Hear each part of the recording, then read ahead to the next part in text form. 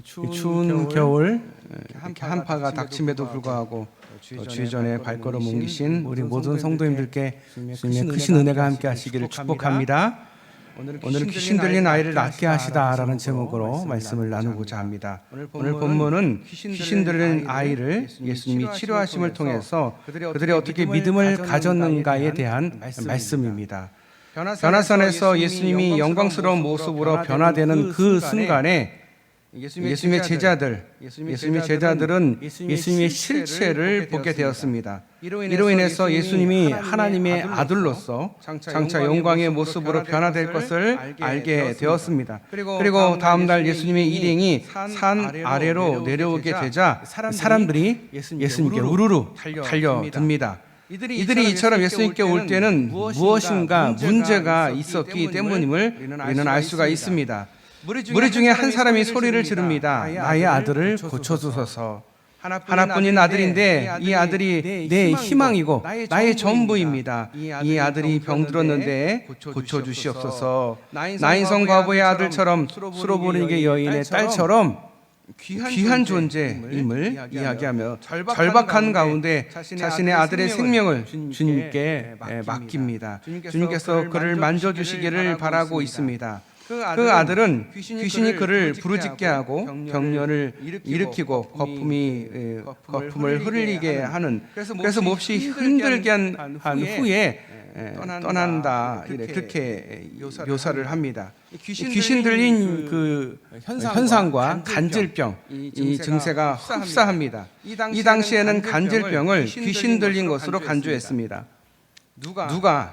누가 자신이 의사였기에 자세하게 병세를 구체적으로 소개할 수가 있었습니다. 더구나 예수님이 하나님의 아들로서 영광과 그 권위를 가지고 하산하셨는데 본문은 단지 간질병 치료를 위한 하나님의 사역으로 소개하기보다는 하나님의 아들로서 신적인 권위를 가지시고 귀신의 세력과 대결하는 그 상황을 소개하고자 하고 있습니다.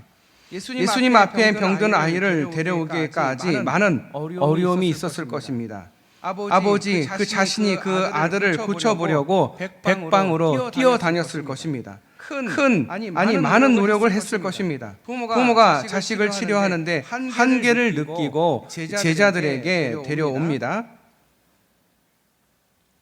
이때 예수님과 제자들 중에서 3명은 변화산에 올라가 있었고 나머지 제자들이 있었는데 아마 그 제자들에게 이 아이를 고쳐달라고 데려온 것으로 보여집니다. 제자들이 그 아이를 고쳐보려고 노력을 했는데 잘 안 됐습니다. 귀신을 내쫓는 것은 간단한 일이 아닙니다. 제자들은 병을 고치는 것을 자신의 믿음보다는 우리 예수님의 능력을 먼저 생각한 것 같습니다. 그러니까 예수님이 오면 고칠 수 있을 것이다 라는 생각을 했던 것 같아요.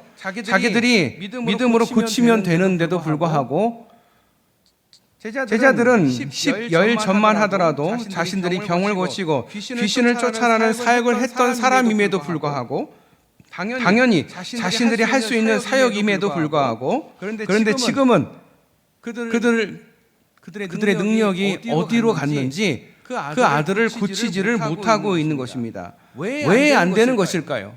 왜 못 고치는 걸까요? 한마디로 믿음이 없기 때문입니다. 믿음이 얇아서입니다.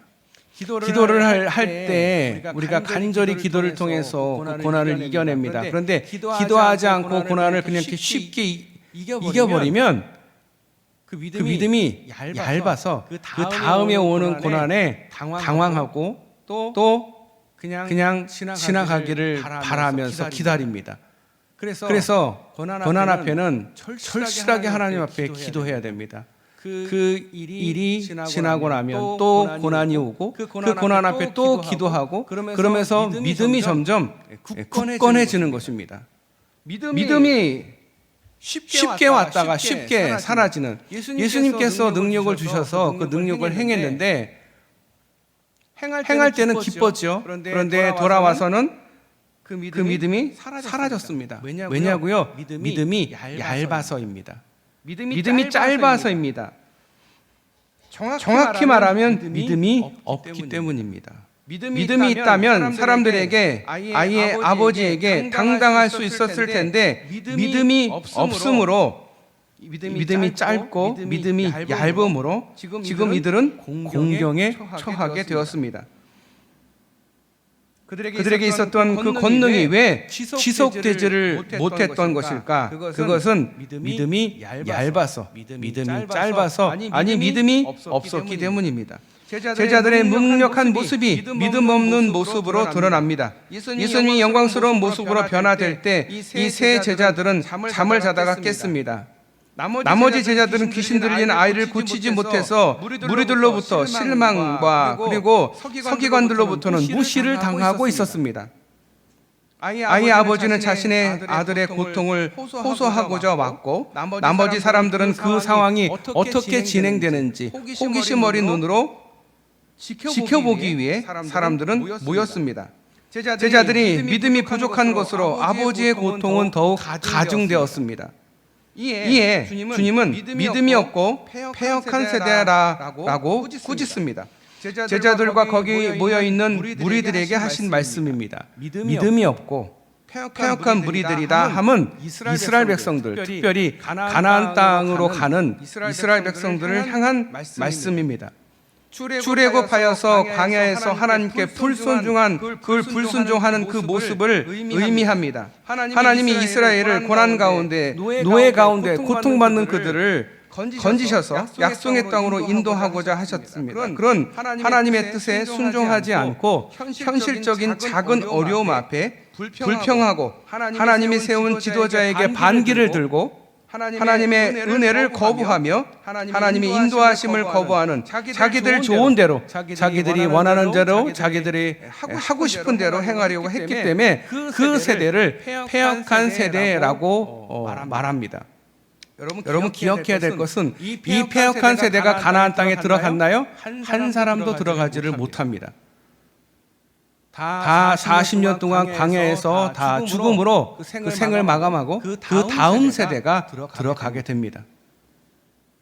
자기들이 하나님 앞에 살려달라고 부르짖어서 출애굽 시켜줬는데 물 없다고, 너무 덥다고, 고기 먹고 싶다고. 예전에 애굽 땅에서 있을 때는 그래도 고기라도 먹었는데 지금 고기는 못 먹는다고 불평을 하고 모세와 아론을 공격하고 그들에게 뭐 잘했네 못했네. 결국 어떻습니까? 한 사람도 약속의 땅에 못 들어가게 됩니다. 왜 그렇습니까? 믿음이 없어서입니다. 여호수아와 갈렙이 함께 12 정탐꾼이 가지 않습니까? 가나안 땅을 정탐하고 돌아왔을 때 저들은 우리의 밥이다 라고 말한 여호수아는 가나안 땅에 들어가지만 두려워하며 어떻게 저기에 갈 수가 있는가? 우리가 가면 다 죽을 텐데 우리는 저들에게 메뚜기와 같은 존재다라고 믿음 없었던 그들은 결국 그 패역한 세대는 광야에서 생을 마감하게 됩니다. 하나님이 약속한 땅을 보지 못하게 됩니다. 믿음은 주님의 능력을 온전히 신뢰하는 것입니다. 하나님이 구원해달라고 기도해서 하나님이 구원해주면 거기에 끝까지 순종하고 거기에 따라가야 되는데 물이 없으면 하나님 물을 주세요라고 기도를 하고 어려움이 있으면 어려움이 있습니다 하고 하나님 앞에 부르짖으면 될 것을 그냥 불평을 한 겁니다. 기도하는 것과 불평하는 것은 엄연히 다릅니다. 하나님 앞에 필요한 것을 부르짖고 기도하는 것과 이거 내 환경이 왜 이래? 나는 왜 이런 상황이야? 라고 불평하는 것은 너무도 다릅니다. 믿음 있음과 믿음 없음을 표하는 겁니다. 기도한다라는 것은 뭡니까? 믿음이 있다라는 거고요. 불평한다는 것은 뭡니까? 믿음이 없다라는 거죠. 하나님을 못 믿는 거예요. 내가 뭔가를 해야 되고 내 이 기분을 풀어줘야 되는데 하나님 뭐 하시는 겁니까? 이런 마음인 거죠. 근데 여러분 하나님이 우리의 주인됨을 우리는 잊어서는 안 됩니다. 우리의 능력은 기도의 능력은 하나님께로부터 오는 것입니다.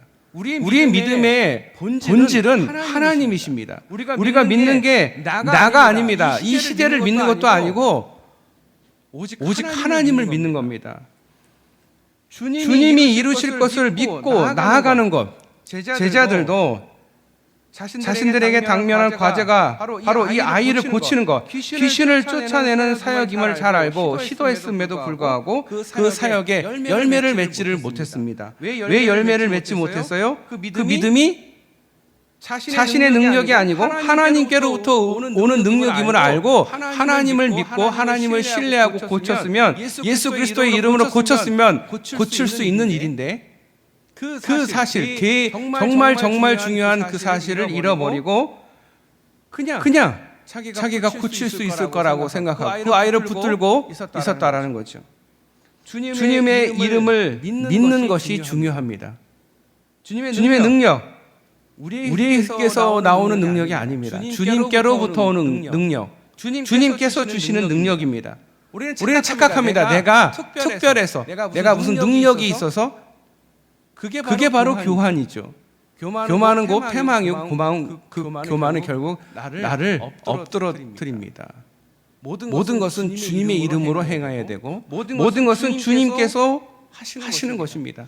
제자들이 그렇게 했으면 그 아이를 고칠 수 있음에도 불구하고 그렇게 하지 못했다라는 거예요. 왜? 믿음이 없어서, 믿음이 얇아서, 아니 믿음이 짧아서.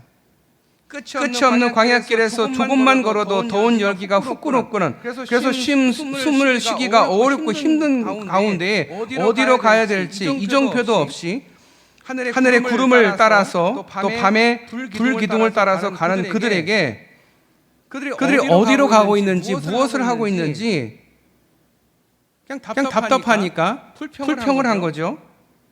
귀신 들린 아이를 고쳐달라고 찾아온 아버지 앞에서 아이를 붙잡고 고쳐주기 위해 노력하지만 아무 결과도 얻지 못하는 가운데 마음이 어두워져가는 그 순간에 제자들은 어땠을까요? 깜깜한 거는 아마 출애굽하던 그 이스라엘 사람들과 아마 제자들을 같은 상황이었던 것 같습니다. 앞이 깜깜하죠. 불가능해 보이는 그 상황 가운데 한 줄기 빛이 비춰주는데 그게 바로 누구냐? 주님이십니다. 주님이 하산하시는 것입니다. 제자들이 할 수 없던 그 문제를 예수님께 의뢰합니다. 그 상황에 대해서 예수님은 답답한 마음으로 말씀하십니다. 내가 너희와 함께 있을 수 있겠는가? 내가 떠날 시간이 얼마 남지 않았는데. 아이의 아버지에게 아이를 데려오라 하시고 데려오는 그 순간 경련이 일어납니다. 귀신이 그를 거꾸로 들이고 심한 경련을 일으켰습니다. 당사자인 그 아들과 아버지 또 한 번의 큰 타격을 입게 된 것입니다. 그리고 예수님의 사역을 좌절시키기 위한 의도처럼 보여집니다. 그러나 귀신으로 인한 이 격렬한 발작 행위는 예수님의 꾸짖음 앞에 멈춰섭니다. 결과적으로 아이를 괴롭히던 그 질병을 주님께서 치유하여 주십니다. 한편 마가복음 9장 22절부터 24절에는 곧 아이의 아버지가 소리를 질러 이르되 내가 믿나이다, 나의 믿음 없는 것을 도와주소서 하더라. 믿음이 없다라는 사실을 본인이 시인했다라는 거죠. 믿음에 대한 포커스를 갖고 이 마가복음을 이 신앙적인 교훈을 강조한 데 비해서 누가복음은 그 부분을 생략했습니다. 오직 예수님의 놀라운 능력, 예수님의 하나님의 아들이심을 강조하기 위한 모습으로 보여집니다. 하지만 어쨌든 이 일은 주님께서 믿음 없음을, 패역한 세대를 향한 주님께서 그들을 향해서 가르치기 위한 사건이었다라는 것입니다. 믿음이 없었지만 믿음을 얻기 위해 찾아온 아버지, 믿음이 있었지만 그 믿음대로 믿음을 갖지 못한 제자들, 믿음이 자신들의 호기심 정도로 생각하고 믿음을 구경하려 모였던 무리들, 그 사람들, 또 믿음이 있는 척하면서 믿음 없는 사람들을 멸시하는 서기관들. 한국 교회에서 제일 무서운 사람이 뭘까? 저는 이 마지막 사람이라고 생각이 됩니다. 믿음이 있는 척하면서 믿음 없는 사람을 멸시하는 서기관. 우리 가운데 좀 이런 분들이 있으면 안 되지 않겠습니까? 이것이 이제 교만이고 결국은 하나님께서 심판하실 대상 아닌가? 그래서 혹여라도 내가 그런 사람이 되지 않을까 항상 우리는 조심해야 됩니다. 믿음의 주관자이신 주님은 그 아이를 낳게 하셔서 그 아버지에게 돌려주십니다. 사람들이 다 하나님의 위엄에 놀랐다라고 오늘 말씀 마무리하고 있습니다. 사람들에게 믿음을 갖게 하시는 순간입니다. 믿음이 무엇인지 보여주고 있습니다. 믿음이 겨자씨만한 것이라고 있다면 이 산더러 옮겨져 바다에 던져지라 하면 그렇게 될 것이다라고 마태복음 17장은 이야기하고 있습니다. 그게 바로 믿음입니다. 아무리 작은 믿음이 있다 하더라도 그렇게 될 수 있다라는 것입니다. 주님의 제자들, 주님을 따르면서 본 그 수많은 이적과 그 기적들, 그 사건과 말씀을 보고도 들었음에도 그들이 믿음이 약했다. 믿음이 없었다라는 게 잘 이해가 가지를 않습니다. 더구나 주님이 주신 능력으로 사역을 했음에도 불구하고 그들은 겨자씨만한 믿음도 없었다라는 얘기입니다. 우리 안을 한번 들여다 보실 수 있기를 바랍니다. 내가 정말 겨자씨만한 믿음이 있는가? 내가 정말 믿음이 있는가? 내가 정말 주님을 전적으로 믿고 있는가? 혹시 나를 믿고 있지 않는가? 세상을 믿고 있지는 않는가? 있다고 속으로 말할 수는 있겠지만 그러나 그 믿음대로 살고 있는가에 대해서 묻는다면 대답하기가 어려울 것입니다. 하지만 정말 우리에게 겨자씨만한 믿음이 있다면 우리는 반드시 열매를 맺을 수 있게 될 것입니다. 사람들은 믿음을 너무 거창하게 생각합니다. 큰 나무가 울창하고 뿌리가 사방으로 뻗어 있는 그는 큰 신앙을 갖기를 원합니다. 그런데 그 나무가 아무 열매가 없으면 더군다나 줄기나 뿌리에서 아무것도 얻을 수 없다면 아무 열매도 없다면 무슨 의미가 있겠냐는 거죠. 믿음이 그렇습니다. 믿음이 없으면 무슨 이익이 있으리요? 야고보서에 믿음이 있노라 하고 행함이 없으면 무슨 이익이 있으리요? 그 믿음이 능히 자기를 구원하겠느냐? 하나님에 대한 전적인 믿음이 없으면 열매가 없고 열매가 없으면 거기에 이익이 있겠느냐? 구원이 있겠느냐라고 야고보서에서 말하고 있습니다.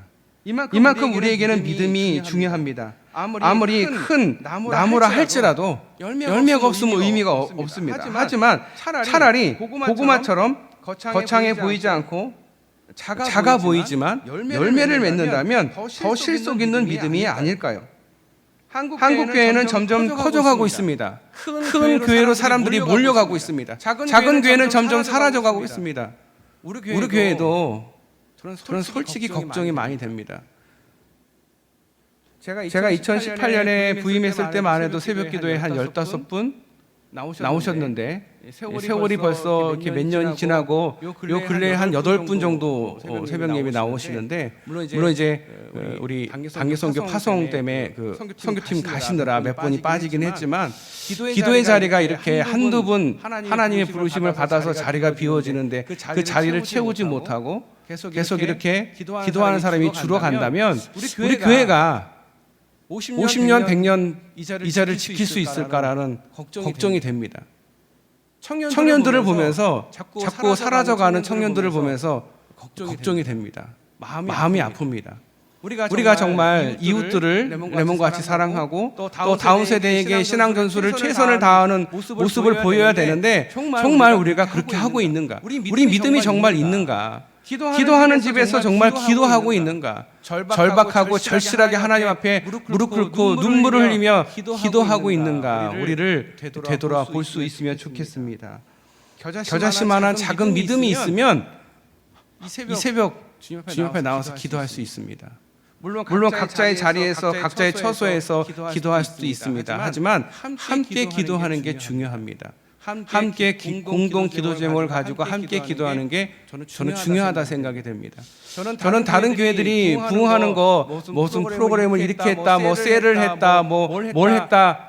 저는 기도하는 교회가 제일 부흥하는 교회라고 생각합니다. 그래서 저는 다른 거 안 봅니다. 뭐 헌금이 많이 거쳤는지 누가 뭘 하는지 그게 중요한 게 아니라 새벽 예배를 몇 분이 정말 철실하게 예배를 드리는가가 저는 제일 관심사입니다. 그런데 그게 제 개인적인 관심일까요? 저는 그렇게 생각하지 않습니다. 주님의 관심도 같다라고 생각합니다. 가장 힘든 자리, 가장 낮은 자리에 하나님이 함께 하십니다. 편하고 쉬운 자리에 하나님이 함께 하시는 게 아닙니다. 예배는 좀 불편하고 힘들어야 됩니다. 우리 코로나로 인해서 제일 걱정했던 게 온라인 예배를 통해서 사람들이 빠져나갔다가 현장 예배로 다시 돌아오지 않는 게 제일 근심이었는데 맞았습니다. 거의 30%가 나가서 돌아오지를 않고 있습니다. 모든 교회가 그렇습니다. 지금 그러지 않아도 인구 절벽 시대에 초고령화 시대에 우리가 이 교회를 이 자리에서 계속 지키려면 기도해야 됩니다. 교회는 기도하는 집입니다. 돈을 많이 해서 다음 세대에게 돈을 많이 물려주고 교회가 재정을 많이 갖고 있고 화려하게 건물을 짓고 이게 중요한 게 아닙니다. 한 사람이라도 하나님 앞에 진실하고 하나님 앞에 정말 겸손하게 하나님을 믿는지 그게 저는 더 중요하다 생각이 됩니다. 저는 한 사람이라도 그렇게 그런 분들을 데리고 함께 목회하고 싶습니다. 목회를 위해서는 정말 주님을 위해서 헌신할 수 있는 사람이 필요하고 주님을 위해서 간절히 기도할 사람이 필요합니다. 지금 이 시대에 이렇게 절박하고 이렇게 위기의 시대에 하나님 앞에 기도하지 않는 그런 마음이 어디서 오는지 저는 궁금합니다. 그 믿음이 어디서 오나? 기도하지 않아도 내 문제는 다 해결이 될 거야. 내 자녀들은 다 하나님께 책임져 주실 거야라는 그 믿음이 어디서 오나라는 생각이 들어요. 저는 어떤 믿음이 있어야 되냐고 생각하냐면 하나님 앞에 철실하게 기도해야 되는데 기도하지 못한 것에 대한 미안함, 하나님 앞에 그 용서를 구하고 회개해야 됨에도 불구하고 교만해서 자기가 죄를 짓는지 죄를 안 짓는지도 모르고 그냥 편하게 그냥 하루하루 그냥 평화롭고 평안하면 다인 줄 알고 살아가는 나 자신이 혹시 그런 삶을 살지 않은가 저는 뒤돌아보게 됩니다. 목회를 편하게 하면 안 된다는 생각을 저는 계속합니다. 저요 새벽 예배 설교 6시간씩 준비합니다. 제가 처음에 부임했을 때 그랬거든요. 그래서 주변에 있는 목사님들이 무슨 새벽 예배를 그렇게 오래 준비해 대충 해도 돼. 한 2-3시간 준비하고 그냥 큐티하고 그거를 말씀 전하면 되지. 제가 올해 들어서 좀 그게 아닌 것 같더라고요. 그래서 내가 아침에 눈을 뜨면 새벽 예배 설교를 6시간씩 내가 준비해야지라고 마음을 먹고 제가 올해 들어서는 계속 그렇게 준비하고 있습니다. 그러다가 이번 10계명을 보면서 이거는 우리 성도님들하고 정말 꼭 나눠야 되겠구나. 주일 설교처럼 내가 준비를 해야 되겠구나 생각하고 열심히 준비하고 있습니다. 여러분들 믿음은요 그냥 거저 생기는 게 아니고 거저 이게 되는 게 없습니다. 믿음은요 행함이 있어야 됩니다. 행함이 없는 믿음은 뭐라고요? 죽은 믿음이에요. 여러분 하나님 앞에 어떤 믿음을 보여주고 어떤 행함을 보여주고 계십니까? 저는 개인적으로 여러분들이 어떤 신앙생활을 하고 계신지를 자세히는 잘 모르겠지만 우리가 하나님 앞에 기도하는 자리를 비우는 그거는 아니다라는 생각이 자꾸 듭니다.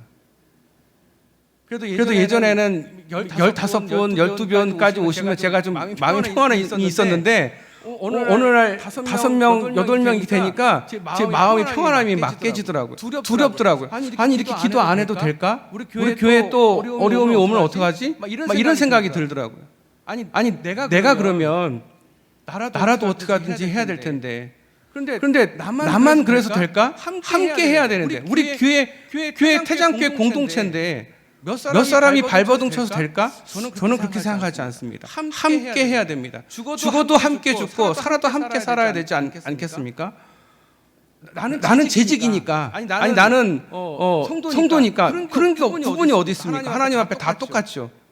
재직이면 더 기도 많이 해야 되겠죠. 하나님 앞에 예배의 자리에 빠지지 않고 참석해야 되는 게 재직의 도리 아니겠습니까? 그런데 믿음의 자리에 한 사람 두 사람 이런 일 저런 일을 자리를 비울 때 제가 사실 불안합니다. 우리의 믿음이 다른 데서 오는 게 아니에요. 하나님을 전적으로 믿는 그 믿음은 기도에서 옵니다. 하나님에 대한 그 믿음, 우리가 믿음을 잘못 생각하는 것 아닌가 우리 생각해 보아야 합니다. 믿음을 나의 소유처럼 여기는 것은 아닐까. 믿음을 나의 도구로, 내가 필요한 것을 하나님께 달라고 하는 도구로 사용하지는 않는가. 아니면 믿음을 나의 생각을 포함시켜서 나를 발전시키고 나를 더 성공하게 하기 위해서 사용하지는 않고 있는가. 우리는 믿음을 통해서 기능적인 것을 추구합니다. 믿음을 가진 것으로 사업이나 자녀나 건강이나 이것의 축복을 기대합니다. 그래서 진정한 믿음의 맛을 못 보는 겁니다. 우리가 수박 겉핥기라고 하죠. 믿음이 있는데 믿음이 얇고 짧으면 제자들처럼 그렇게 되는 거예요. 능력이 항상 있는 게 아니에요. 제가 믿음의 선배님들이나 부흥 강사들을 보면 굉장히 큰 능력을 행하다가 능력을 못 하시는 분들을 봤어요. 그럼 그분들이 나중에 이제 과하게 이제 뭐 이렇게 억지스럽게 만들어내는 거 보면서 마음이 아팠어요. 왜냐하면 하나님이 필요하시면 주고 하나님이 그때가 사역이 아니면 또 걷어가시는 게 하나님 마음인데 그거를 끝까지 붙잡으려고 하고 그거를 못 넣으니까 나중에 어떻게 돼요? 그거를 이용하는 분들이 계셔가지고 그런 분들 보면 가슴이 아파요. 만민중앙교회 그 이재동 목사가 처음부터 그렇게 사이비가 아니었어요. 믿음이 굉장히 좋고 병 고침을 받아가지고 정말 뜨거웠던 사람인데 이 사람이 나중에 어떻게 돼요? 자기가 하나님이 되는 거예요. 자기의 능력이 사라지고 나니까 그 사라진 거를 감추려고 자기가 어린 양이 내는 둥 그래서 사입이 되는 거 아닙니까? 이단이 되는 거 아니겠습니까? 우리 믿음도 마찬가지예요. 신앙생활을 잘할 때는 뭔가 잘 되는 것 같아요. 근데 고난이 와요. 그러면 내가 믿음이 부족해서 그런 것 같아요. 그리고 기도하면 되는데 그렇게 생각하지 않고 자기 생각과 자기 방법으로 세상적인 방법으로 생각하다가 실패하는 경우를 많이 보게 됩니다. 그걸 볼 때마다 가슴이 아파요. 사업이 잘 안 되면 정리를 해야 되는데 더 막 일을 벌리고 남의 얘기가 아니에요. 그런 모습들이 우리 삶 속에서 우리가 정말 믿음이 있는가? 내가 믿음을 가지고 하나님을 이용하고 있지는 않는가? 하나님 앞에 거래하고 있지는 않는가? 하나님 제가 이만큼 하나님 믿는 거 아시죠? 하나님 저를 이만큼 축복해 주세요. 만약에 이런 마음으로 갖고 있다면 결코 그 믿음이 진짜 믿음이라 할 수 없겠죠. 진짜 믿음은 행함이 있는 믿음입니다.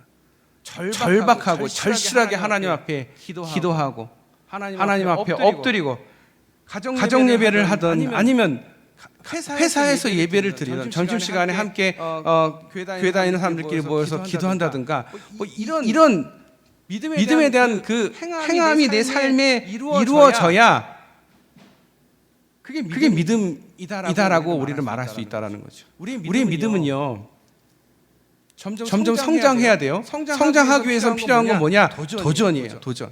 내가 옛날에 4시간 기도했으면 올해는 6시간 기도해야지. 내가 옛날에 성경책을 필사를 내가 2장을 했으면 올해는 내가 4장을 해야지. 뭐 이런 도전이 있어야 되고 이런 변화가 있어야 되고 변혁이 있어야 되는데 맨날 그 자리에서 그렇게 그러면 믿음이 성장을 하지 못해요. 그러면 안타까워요.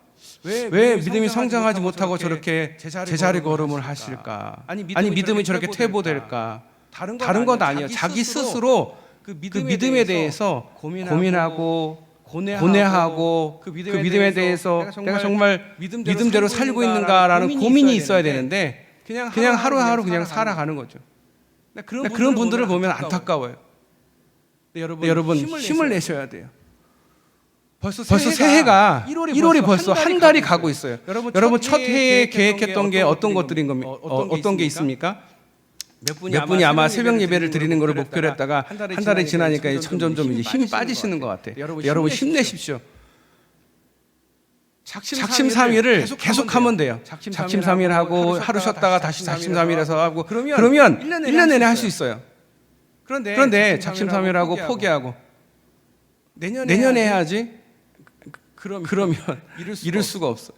여러분 하나님 앞에 여러분의 믿음을 보여주시길 바라요. 하나님은 여러분들을 기도의 자리에서 교회에서 우리 성도님들을 기다리고 계세요. 왜? 교회는 주님의 몸이거든요. 주의 머리 대신 주님께서 항상 기다리고 계시거든요. 예배를 왜 수요 예배를 드립니까? 왜 오후 예배를 드립니까? 하나님이 기다리시니까. 하나님 보고 싶으니까. 내가 한 번이라도 더 하나님 만나려고. 제가 솔직하게 얘기해서 이번 그 구정에 새벽 예배를 일부러 제가 다 이제 하면서 그래도 좀 1년에 한 번이라도 이런 때에 좀 오셨으면 하는데 아마 일하시느라 바쁘셨는지 많이 안 오셨어요.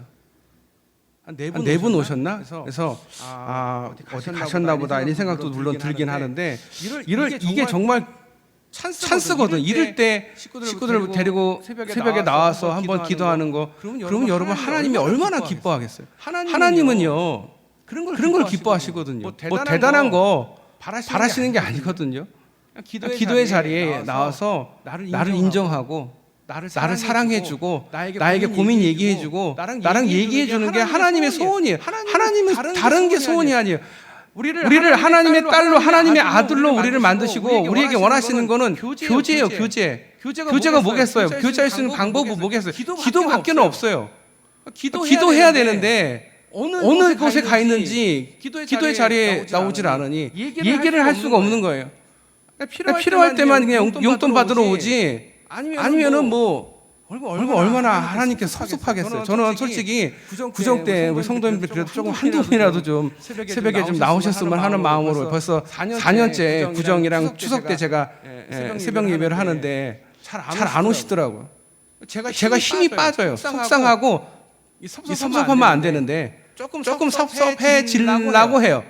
아직 섭섭하지는 않는데 여러분들 기도해야 됩니다. 여러분 이 세상을 보세요. 기도해야 될 것 같아요. 기도 안 해도 될 것 같아요. 여러분 기도해야 될 것 같지 않습니까?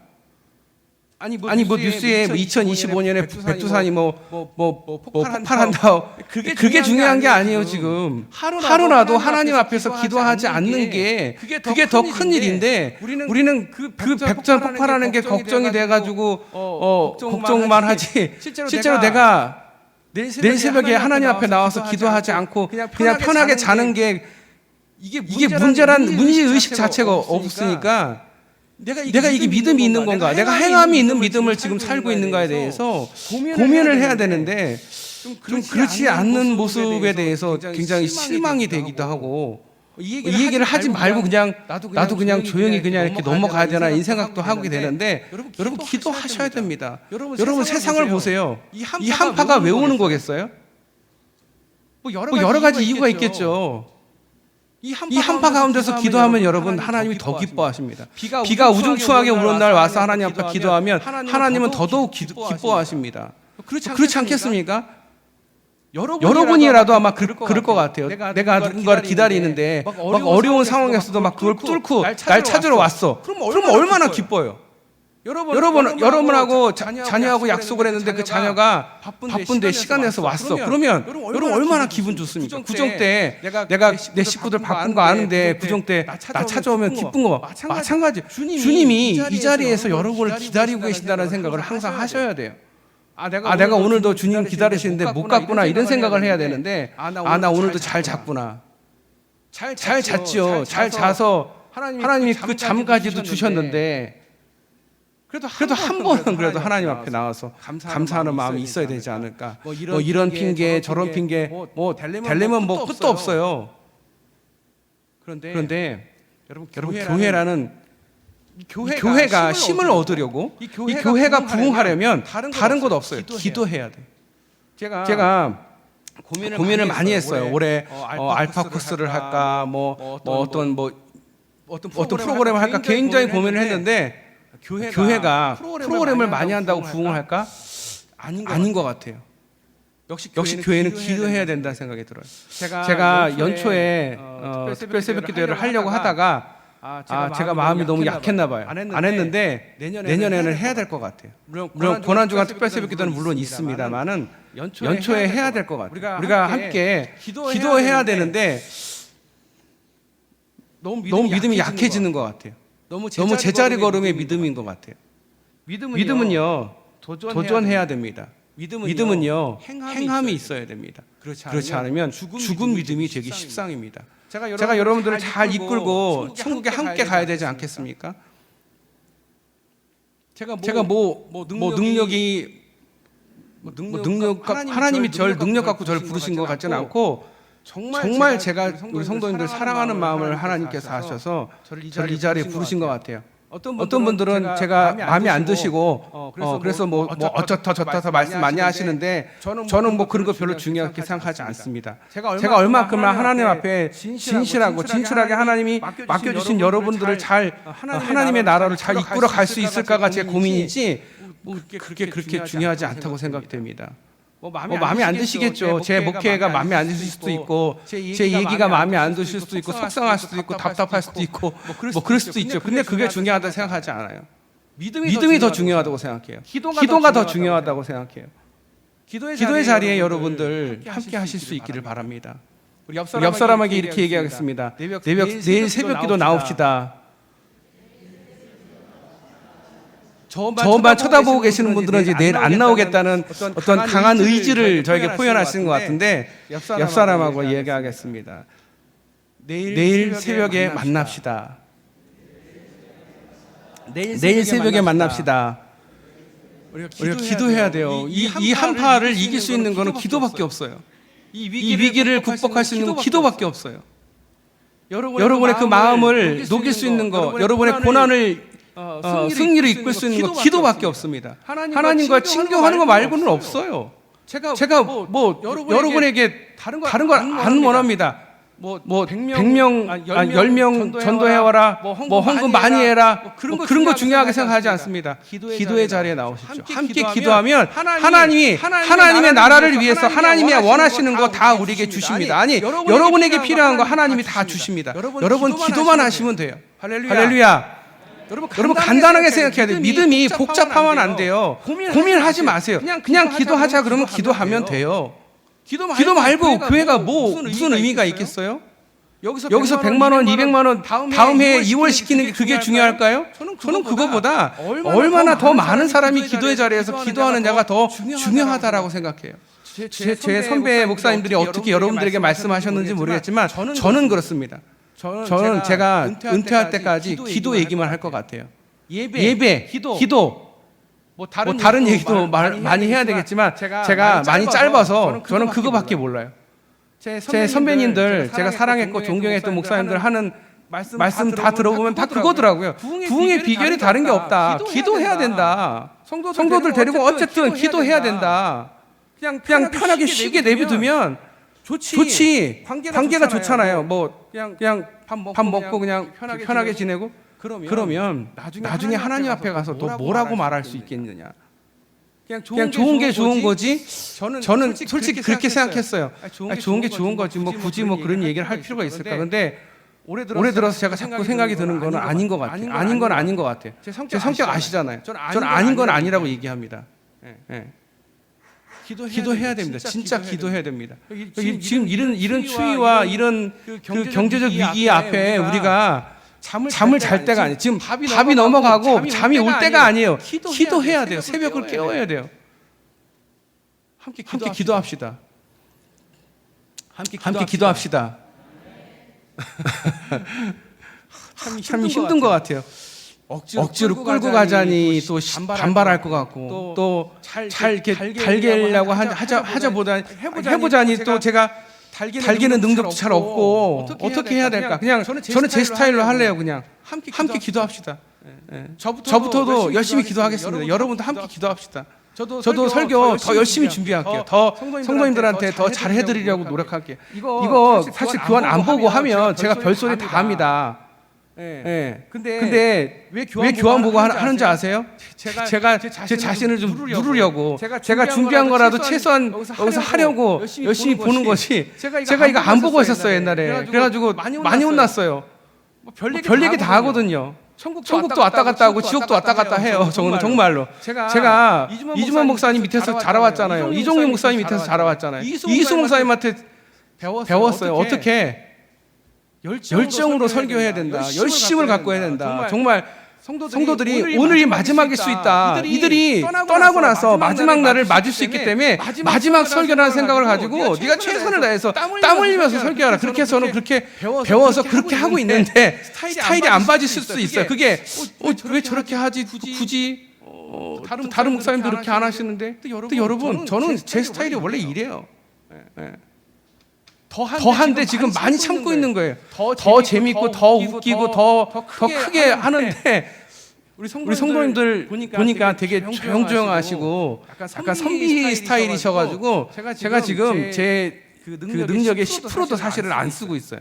놀라실까봐. 지난번에 제가 부흥회 할 때 그 은사 집회하는 것처럼 했잖아요. 그래서 많은 성도님들이 놀라셨다고 하시더라고요. 제가 원래 그런 스타일이에요. 원래 그게 되게 강한데 억누르면서 그냥 평이하게 하려고 노력하는데 4년을 이렇게 해보니까 그게 아닌가라는 생각이 또 들더라고요. 난 내가 잘하는 대로 해야 되지 남 흉내내서 되는 게 아닌가 또 이런 생각이 들기도 하고. 근데 저는 다른 것 없어요. 여러분들이 잘하고 싶어요. 여러분은 은혜 받게 하고 싶고 여러분 한 사람이라도 더 믿음이 더욱 성장하고 정말 성숙한 그리스도인이 되는 게 제 소원이에요. 저 다른 거 바라는 거 없어요. 그랬으면 좋겠어요. 그러려면 기도해야 됩니다. 저는 진심입니다. 제가 거짓말 하는 거 보신 적 있으세요? 제가 거짓말을 안 합니다. 거짓말을 못 해요. 그게 단점이자 장점이에요. 너무 솔직하고 너무 정확하고 너무 대놓고 직선적이고 나쁠 수도 있는데 하나님 앞에 감출 게 뭐가 있겠습니까? 성도들이 모르는 게 어디 있겠어요? 다 알 텐데. 거짓말 안 해요. 저는 그래서 솔직하게 얘기합니다. 여러분 다른 거 바라지 않겠습니다. 기도합시다. 할렐루야. 기도하겠습니다. 아버지, 우리가 믿음에 대해서 다시 한번 생각합니다. 믿음을 혹여라도 나의 소유처럼 여기지는 않는지, 믿음을 나의 도구로 활용하지는 않고 있는지, 믿음을 내 생각을 포함해서 내 발전을 위해서, 내 성공을 위해서 사용하고 있지는 않는지 반성하고 회개합니다. 주님, 진정한 믿음을 맛볼 수 있도록 도와주시옵소서. 기도의 자리에서 주님 앞에 철실하게 간절하게 기도할 수 있게 하여 주시옵소서. 솔직히 저는 두렵습니다. 이렇게 말했는데 월요일 날 10명 나오면 이게 또 제가 정말 면이 안 섭니다. 하나님. 그래도 우리 성도들 많이 나와서 함께 기도하면서 하나님께 부르짖고 하나님의 은혜를 경험하고 더욱 믿음이 성장해서 정말 장성한 분량으로 그의 믿음이 성장해서 하나님께 칭찬받고 행함이 있는 믿음을 할 수 있는 우리 모든 성도들이 되게 하여 주시옵소서. 주님의 은혜를 간절히 구하며 우리를 원하신 예수님의 이름으로 기도드립니다. 아멘.